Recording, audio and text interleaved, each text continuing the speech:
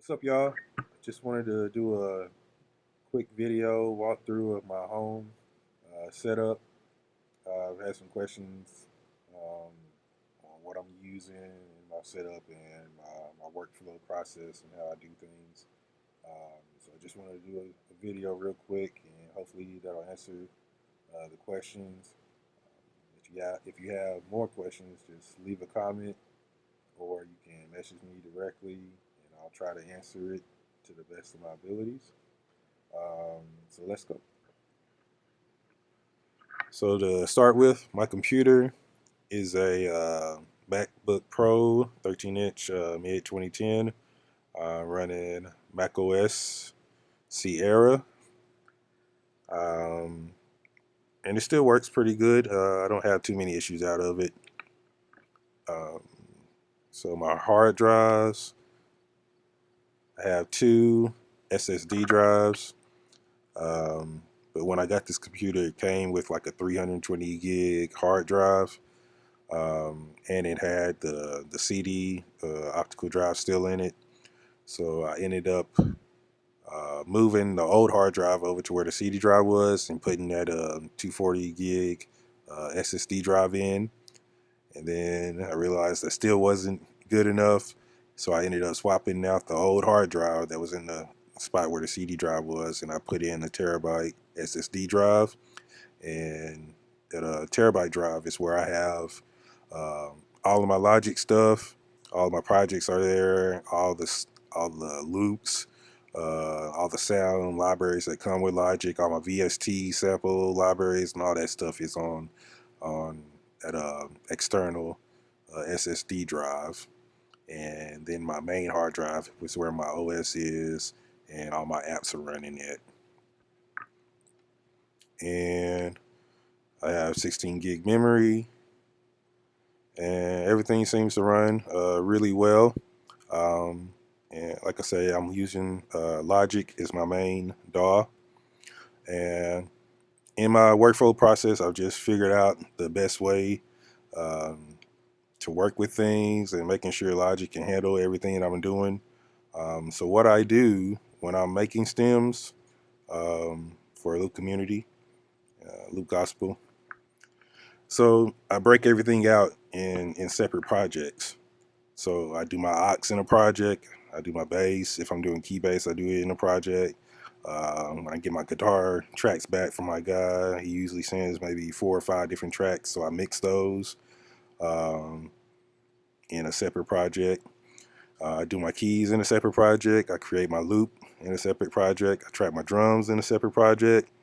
I track my organ in a separate project, which I'll show you that later because I have a template for that.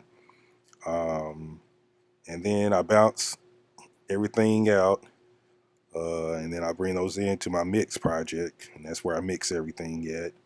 And then once I'm done mixing, I bounce out my stems, and I put those in another project just to make sure all my levels are good before I upload to the Loop Community website.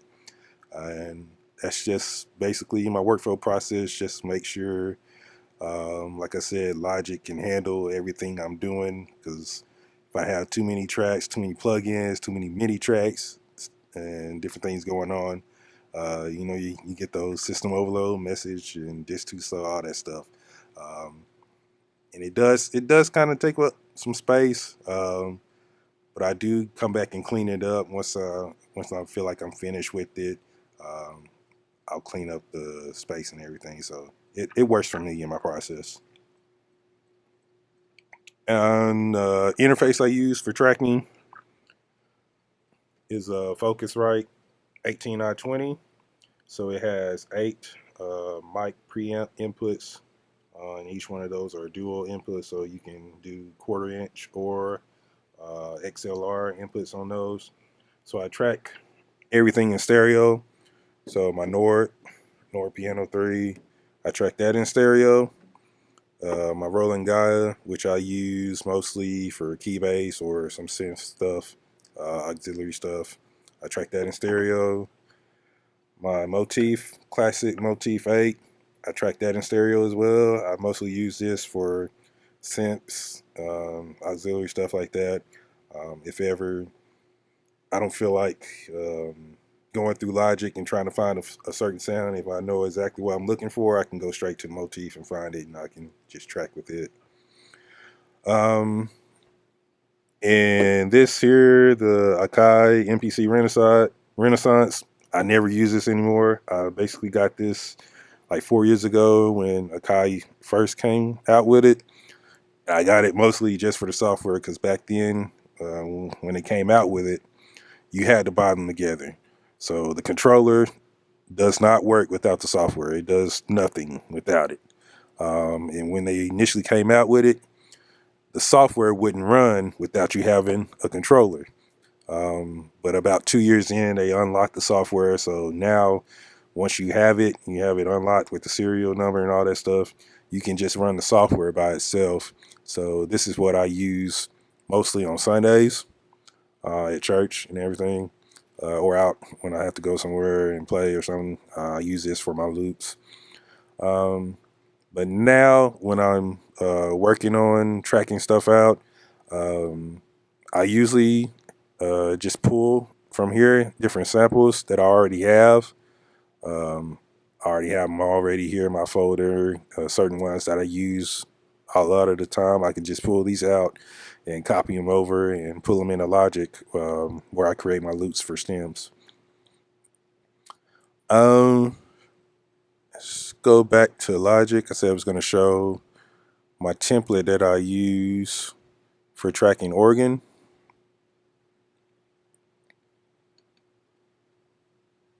So I have a Nord C2D and I have a Leslie 3300. So I use the left right out of the organ, and I also have the Leslie mic. I just do that just to cover my tracks. If something goes wrong with the mics while I'm tracking, I still have that left right recording as well. So and it just gives a good mix of everything. So in my template, like I said, I have the left, right, bottom mic, and I have the left and right out coming from the Nord. Just to show you real quick. So top mics left and right, I'm using Shure SM57s. And then on the bottom, it's just this CAD D10.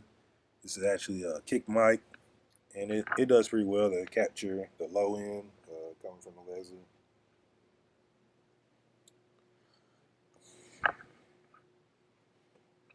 So usually what I do, I have the SM57s coming in into the front. You have tracks 1 and 2 in the front.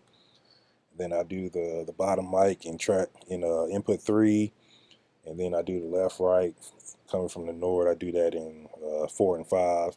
So that gives me my 5 inputs, and that's where I track organ at.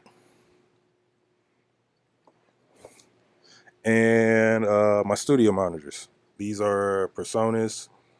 I think they are E3.5. So that's 3.5 inch speakers. They work pretty well. Give me a pretty good clear tone and good picture of the mix when I'm working. Sometimes I'll mix with these Tascam headphones. They're decent. These are like $20 headphones, but they give you a good sound, pretty good picture of the mix. I do plan on getting some bigger monitors, probably like 6 or 8 inch. Not sure on the brand yet, still researching that, but I'm going to put those on stands to the left and right of the desk. So that's pretty much it for my desk area. This is where I do most of my tracking, and was where I do my mixing. And next, I'm going to take you to my drum setup. All right, so we're over here in my drum area. So start with the drums. This is a Pearl Session Studio Classic set. toms are 8, 10, 12, and 16. These heads I'm using, these are Remo color tone Emperors in the smoke color. I really like these, the way they look. And I'm partial, I don't know why, I'm more partial to the color tone over the regular Emperors. I don't know, it's just something about the sound of them. Yeah, I really enjoy those. I actually just put these on. I have been using Remo white suede Emperor heads, and I really like those. I was just in a mood where I just wanted to change and go back to some color tone Emperors. So it's just how I'm feeling right now, and I'll probably end up going back to those white suedes at some point. On the kick, this is a Power Stroke Pro on the kick. Um, and this is probably my favorite snare. This is a PDP limited edition Babinga wood snare. I think it's like 20 ply, so it's a really solid, heavy snare, and get really good tones out of it. Of course, I'm using the Power Stroke P77 Clear. And my other snare that I use quite a bit, it is a Pearl Session Studio Classic 14 by 5.5, I believe. It's that first snare you see over there. And I have I think it's a Remo coated Emperor on the top, and that's probably my snare I use the second most. My side snare, this is Pearl Hybrid Exotic 14 by 8. I'm using a black suede Emperor head on this, and I get really good tones out of this snare. My auxiliary snare that I use sometimes, this is just a PDP 10-inch. I think it's like 5 inches deep, with a black suede Emperor head on it. And cymbals. These are all Zildjians. Hi-hats are custom special dry. Crash is a K Custom Fast Crash. K Custom Special Dry. K Custom Special Dry Splash. K Custom Special Dry 16-inch crash with a Avitas splash on top. This is a 12-inch splash on the top on the stack. Forgot to mention both of these are 18 inches. Hi-hats are 14. This splash is 10. Special dry ride, 21-inch. This is a K Custom Dark Crash. This is probably my favorite cymbal. And then this special dry effects crash. This is a 19-inch. Also, this K Custom Dark Crash is 18, which I really wish I had gotten a 19, and I probably might do that someday. We'll see. And then this effect stack that this comes together, and you can either stack it this way or you can stack it like a hi-hat. And this is the 12-inch version. I think it comes in 10, 12, and 14, I think. And mics. On the toms, I'm using Audix D2s. I think these all three came in a pack all together. And they work pretty good, get really good sound off the toms. On the floor tom, I'm using another CAD D10 kick mic, and it works pretty good on the floor tom. Planning on possibly getting Audix D6 for this. We'll see. On the kick, there's a Shure Beta 52. And then on the snares, on all the snares, I'm using Shure SM57 on top and bottom. I did have SM57s on the aux snare here, but I pulled those off so I can mic my organ. But I'll get some more SM57s sometime soon. Condenser mics, I have they're all CAD C9 condensers, and they're cheap condensers, but they work pretty good. So I got the hi-hat mic, I got mic under the ride just to catch the bell, and then I have two overheads as well. They're all the CAD mics. And then my computer that I use, and my interfaces over here. I have a separate setup for tracking drums over here. So I have a 2010 Mac Mini, and it's also running Sierra, and it has it also has a SSD drive in it. Only 120 gig, but like I said, I only use this for tracking drums over here, so I don't really need that much space on it. Memory 16 gigs. Yeah, so I track my drums over here, and I also have a template set up for drums. So I have my drums all grouped together in this one track that I control everything. So I have the overhead, left, right, hi-hat, ride. I have all my snares, top and bottom. Then I got my kick, and then I have all the toms. So every time I get ready to track, I just open up the template and hit record. Ready to go. And interface. I have another Scarlett 18920, and I have that paired with a Scarlett Octapre.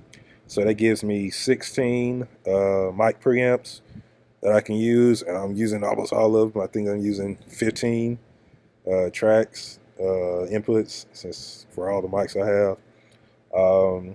And this works off of, so you run an ADAT from the Scarlett, the 18920, and you run an ADAT out of here into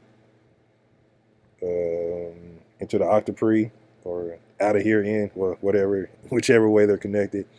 So the Scarlett acts as like the brains of it, the clock source, and they stay in sync with each other.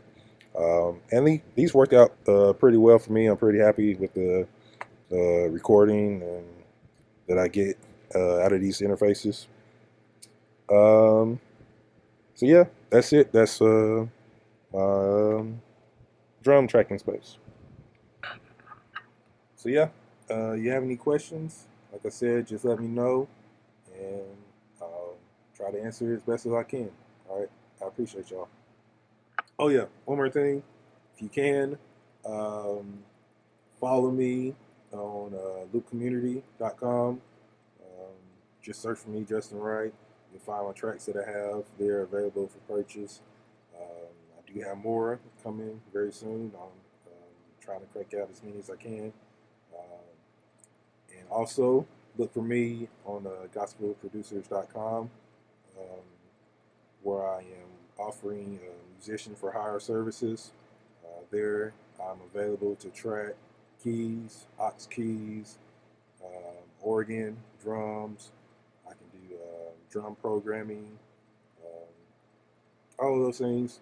So at a very affordable rate and a decent turnaround time. I try to get things done in no more than 2 to 3 days. So, and it's an open site, and you can request different things from me. We can work together, and we can come up with a budget and a timeline, or whatever you need to do to get your project done. For me, there, loopcommunity.com, gospelproducers.com on the Producers Marketplace. And follow me, social media, JWRIGHTTHETRUTH, Instagram, Facebook, YouTube, all that stuff. And I look forward to working with you. All right. Peace and blessings.